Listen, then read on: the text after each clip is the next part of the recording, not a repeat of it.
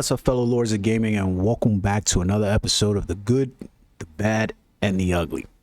So, this one's probably going to get downright ugly, and let me explain. While we're going to be talking about costumes, we're going to get to see some things that I think are going to be brought out more in terms of player observation and balance inside the game. It's something that specifically was noted in when I was basically looking to transmute gear pieces to other characters, and it's something that you would not be observant of if you, let's say, weren't playing other characters simply because you're invested in your main character. And this comes specifically to what we are now seeing in the game is, you know, since the update last month where defensive peers seem to be fixed, we're going to notice that there's a bit of an issue here in terms of character and class balance.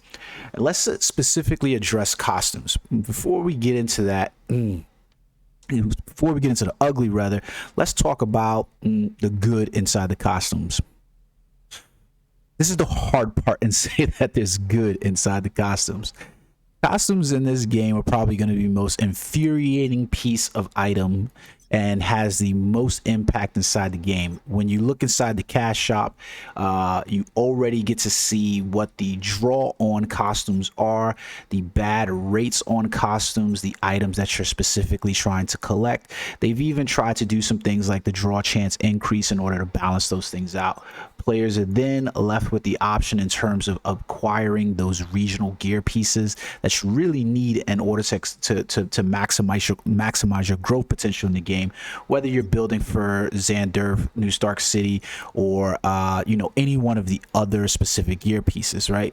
Especially when it comes to like a special uniform. So any box that you see inside here, these are like special uniforms. So like Rise of the East, the costume box, the Eyes of the Osiris costume box, and Steampunk costume box. These come with stat effects on them that kind of double up on a player. So you're getting the main base layer attack stat, and then you're getting like the mirror dimension skill level is +6 and illusion magic class skill level is +6. So if you were looking at if you were looking at Rise of the East, for instance, right, and you were basically looking at this, the mirror dimension skill would basically get a +12 bonus to the class, right? This is really trash for Doctor Strange because he ain't really using mirror dimension in terms of like dimensional lockdown or any of those other skills. They don't have the impact that you would look. So having the illusion magic class skill, which in and of itself isn't really that great, to be perfectly honest, and it's not really viable, having this as a bonus doesn't really make Rise of the East a costume that you're looking for, right? The same thing when you get down to like Steampunk, right? We go inside the Steampunk costume inside here, and this one, it boosts our mystic arts class skill, and then it boosts the 7 rings of Ragador skill. So this one is a little bit better because, yeah, your ring of repulsion is about bread and butter to your character builds, as the Towel of Mandalas or the I'm like Vishanti Assault. So having that specific class boosted by 12 is pretty good. So you might hunt down Steampunk, right? And then we look at the Eyes of the Osiris costume pack as well, and here we go, right? We get the Touch of Vishanti class skill and the Eye of Agamotto skill, but the Eye of Agamotto isn't a skill that we use at all in most Doctor Strange builds, let alone using any of the Touch of Vishanti class skills. So this is like a waste when we look at special costumes for a character like Doctor Strange, but that doesn't mean that it's a waste for characters overall. And this is where we get into the character imbalance. In order to show you this better, I want to show you the collection log. So we go inside the collection log, and here we're able to see some of the costumes. Number thing that you're going to notice out the gate with a character like Doctor Strange is how he builds in terms of some of the costumes. It's noteworthy as a free-to-play player to look at some of the basic ones that's available to you and the normal ones if you're not getting any of the regional sets. But mostly what we're really looking at is that in-game to understand this a little bit better inside there. So that means getting into the Hydra Empire. We see that the attack stats are attack, defense, and Mystic Arts class skill. The Mystic Arts class skill is basically bread and butter to Doctor Strange. He really essentially does not have any other skill effects that are really viable at this point, because the way the character's designed feels good, but the way he's implemented doesn't. So costumes in and of themselves are going to be hard acquisition items. They're really, really tough acquisition items. And then what you're looking at when stats are rebalanced, like defensive Pierce was rebalanced in the game, it really lopsided some of things. So I want to make you pay attention that Doctor Strange on most of his gear sets has the defensive stat as a third set skill.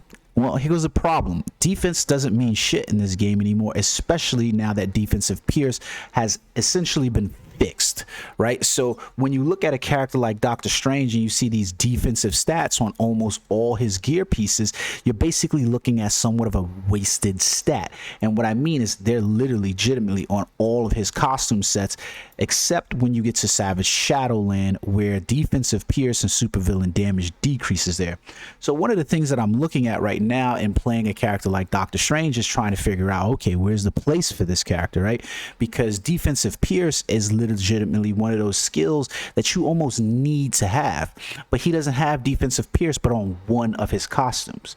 That's it. He has it on his Savage Shadowland costume, and that's about it. Meanwhile, if I was to switch over to, say, like another character that's probably dominating most of the scene, and we were to look at a character like Iron Man, for instance, and we were to take a look at some of his uniforms, where we would say, hey, Hydra Empire, guess what? He's got defensive Pierce on Hydra Empire head, right? We can look at another one of his skills. Oh, Dark Domain, it also has defensive Pierce, right? We can go, oh, let's take a look at like War of Realms. Oh, defensive Pierce. Wow. Oh, wow. You know, now we get to his Savage Shadowland. There's no defensive Pierce, but guess what uniform is the hardest to obtain for Doctor Strange? You guessed it, Savage Shadowland, right? It's really hard for you to obtain that because it doesn't come with the roles that you have in terms of like collecting, you know, Hydra Empire, Xanderv, Midgardia, or any of those set gears, right? And even when you look at Doctor's, you know, the special costume sets for Iron Man, because there's such a balance across his class skills in terms of the skills that you are utilizing most, these skills start to look a little bit better to you in terms of like Rise of the East. You can see why that's a potential in-game viable set for a character like Iron Man in the in-game, right? So when you look at these skills and stuff like that, and the way the stats are balanced across uniforms, you start to kind of feel somewhat of an imbalance. Like, for instance, Hydra Empire is probably one of the most sought after uniforms for Doctor Strange, mostly because it's probably going to be the easiest one to get and compared to Savage Shadowland. But I would most likely really want a Savage Shadowland uniform for Doctor Strange at this point, now that the balance has shifted, right? Like, I could go with, you know, Midgardia, but why? Illusion Magic class is not something that you really relegate to the character. I could go with Xanderv, but, you know, the Mystic Arts class skill level would just basically be there as well, but I'm still getting attack and HP. HP is not bad to have, so you might do that. But what I really probably want at this point with most of the game modes is I really need that defensive Pierce. But here goes where it gets really bad, and I want to explain some of this to you guys because it's going to segue to costumes. So the costume situation inside the game is a bit of a dovetail from bad to ugly, because in order for you to level up costumes across the landscape, I'm not going to pull out the numbers to you guys. I'm pretty sure most of you have seen the stat sheets, but in order to get a costume piece from 1 to 6 stars is an exponential factor, right? It's exponential. I mean, you're legitimately talking about magnitudes of tens of thousands of pieces that you're literally trying to combine, especially as a free-to-play player. This is really out there, right? So like even hitting a nano fusion for me is really difficult. Meanwhile, you're really relying on costumes. So when you get a costume like a new costume like Dark Domain, and Illusion Magic class skill is being used, yeah, that's not really helping my character at all. You know, like, we know this defensive stat is pretty much a weak stat at this point in the game. Like, if someone was to roll into a game for, say, with a defensive stat of I don't know, 50 to 75% or maxed out, that defensive stat right there is going to mean shit to them, right? So And I want to point this out specifically because of something that I realized on stream, and I didn't point out in Omega cards too greatly, but it comes into play with like your costumes. If you were to go to the transmutator, right, and you were to take a look at one of your costumes, or your cards rather, excuse me, and I was to say to take a look at this, like my Captain America the Living Legend card, and I wanted to look at the target list. If I was to go to any individual character per se, like let's use Spider-Man for instance, right? And I was to look at his exclusive stats. Well, guess what? On his card, defensive pierce is an option along with supervillain damage and total damage. These are going to be highly sought after skills because obviously if I'm inside invasion, if I'm inside raid, if I'm inside blitz, all of these things are going to help boost up those character stats, meaning in terms of single target damage in this game, I'm going to literally break through. So with a defensive pierce stat that's sitting over here for a character like, you know, Spider-Man, imagine having a full complement set of about 6 cards and you having the defensive pierce stat. You're literally looking at a bare minimum of about 36 to 40% defensive pierce just coming from, you guessed it, that's right, your cards. So then when you have uniforms that also have defensive pierce on those where they're 11.6, you're literally allowed to top off. You see what I'm saying, guys? So in a sense, we've basically imbalanced the characters because we've imbalanced the costumes, we've imbalanced the cards. Like if I was to target list this to Captain America, for instance, Captain America on his cards, he has guard damage, PvP damage, and he has critical damage decrease. These are not really good stats for a character going into PvP or going into a mission like raid, for instance, right? Because guard damage is going to be a good stat if I wanted to do, if I could reach a target. But the problem with Captain America is he can't reach a target, right? And even if he reaches a target and he's able to do guard damage to them, he's still not piercing through their defense. If defensive pierce is king at this point, with only probably second, I don't even say a second is king in this game. The only second stats that is dodge rate, but you find that dodge rate on other characters. Not to mention other characters' uniforms have things like crit rate and crit damage. You're literally going to see how certain characters are going to able to top off on certain skills that other ones aren't. And it's literally going to create somewhat of an imbalance, especially with a character like Doctor Strange, where I'm legitimately looking at his uniform piece and I go, hold on one second, you know, like I'm looking at Hydra Empire and his defense and attack, which is pretty decent for him. But if I was to look at another piece of, you know, another uniform piece in here and I go, wow, hold on a second. Wow, really? Iron Man gets attack and defensive pierce? Wow, that's amazing. And guess what? His cards also have defensive pierce. I go, wow, Black Widow has attack and attack? Those are king stats inside there. Oh, Captain Marvel also has attack and defensive pierce. So when you start seeing characters with their costumes helping out boost stats, along with their cards helping out boost stats, especially stats that are primary. Like when you look at Doctor Strange, for instance, he's excluded from here. But one of his stats that he has on his cards, both his stats, ultimate gauge recovery and cooldown decrease, basically amount to nothing inside the game.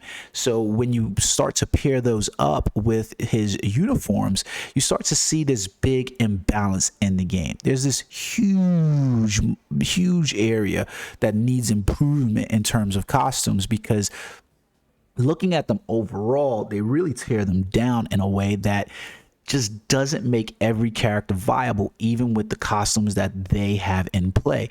You're releasing special costumes that players don't have, meaning like I've showed you guys, and I'm going to do an update. I plan on doing an updated deep dive specifically for Doctor Strange as the this week rolls in, because I want to show you guys exactly what I mean by this and how the costumes get good, bad, and ugly, especially for some characters, specifically Captain America, Doctor Strange, Star-Lord, and Storm. They are suffering from this the most in those regards, in my opinion. And it's the reason why I believe that you see characters like Iron Man, Spider-Man, Captain Marvel, and Black Widow at the top, because they're able, because of their uniforms matched with their cards, to pair up on stats that allow them to cap off, while other characters like Doctor Strange and those characters basically are not able to get there. You know, basically what you're looking at as your character is you're looking at how easy is it going to be for a character to reach certain stat levels and to basically be, you know, hit those caps on skills.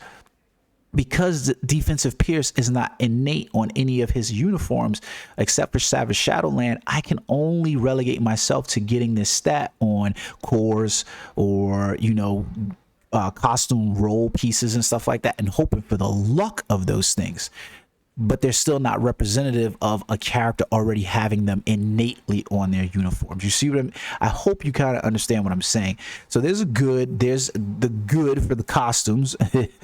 I don't really know where to tell you there's good on the costumes. I can't tell you that. If I'm being perfectly honest, good on the costumes is very subjective. I will say that the good about these costumes is they look amazing. Like when I collected this Dark Domain set and this Dark Domain look, I headhunted it because I absolutely love this villainous look, and I think everything about this costume just pops. This is good. I think the stuff that they crafted for like the Rise of the East, the Eyes of the Osiris, and the Steampunk costume, they look really good. They're delivering quality product in terms of uniforms. But the bad is that when I look at these uniforms and I look at their design are great, but again, their implementation is bad. Their implementation doesn't take into account balancing of a character. They don't take into account balancing of the character within the space. If another character has innate defensive pierce stats, which are king stats on their uniforms that I don't have on any of mine, it's going to be hard because they're able to reach out and hit Savage, Hydra Empire level uniforms and get defensive pierce. Meanwhile, I have to really dig into the wheelhouse to try to get Savage Shadowland. I have to 100% come inside here and pray and hope that I get those stats on whether I get them on companions or shards. Like if I roll for these right now and I don't see a Savage Shadowland inside here, even if I see Rise of the East or Eyes of the Osiris, it doesn't really help me in any regard because I'm literally operating behind the power curve, because unless it's Savage Shadowland at this point, there's going to be a problem. And if it's Savage Shadowland, I'm still looking at the difficulty of nano fusing those slots.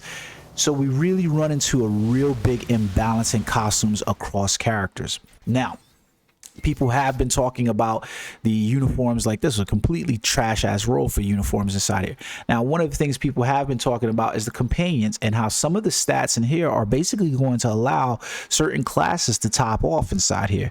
So you're basically hoping to get draws done on these characters so that way you can roll certain characters and be like, hey, you know what, I'm gonna get, wow, it's already calculating my stats, so it already knows who the fuck I'm getting. That should let you know in and of itself right there something's fucking weird. That is just rolling. But we saw Baby Groot there, so this should be a good roll. The intent behind any game is that the uniforms and the costumes that we acquire should not be creating an imbalance between the characters.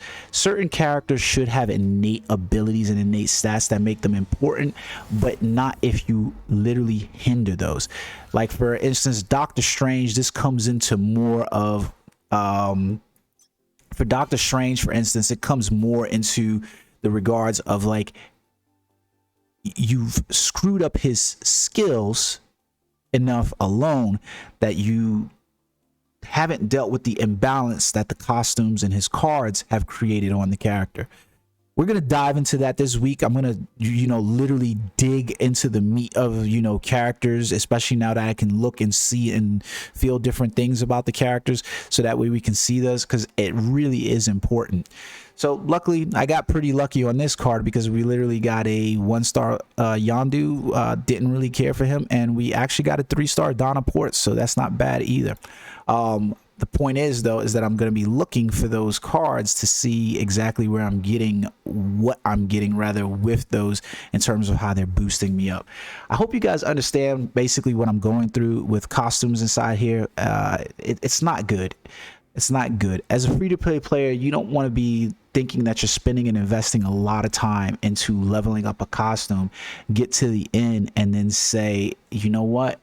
This is really imbalanced, and this is not helping because you re-roll the stats, or that you immediately notice that other characters have defensive pierce on their costumes.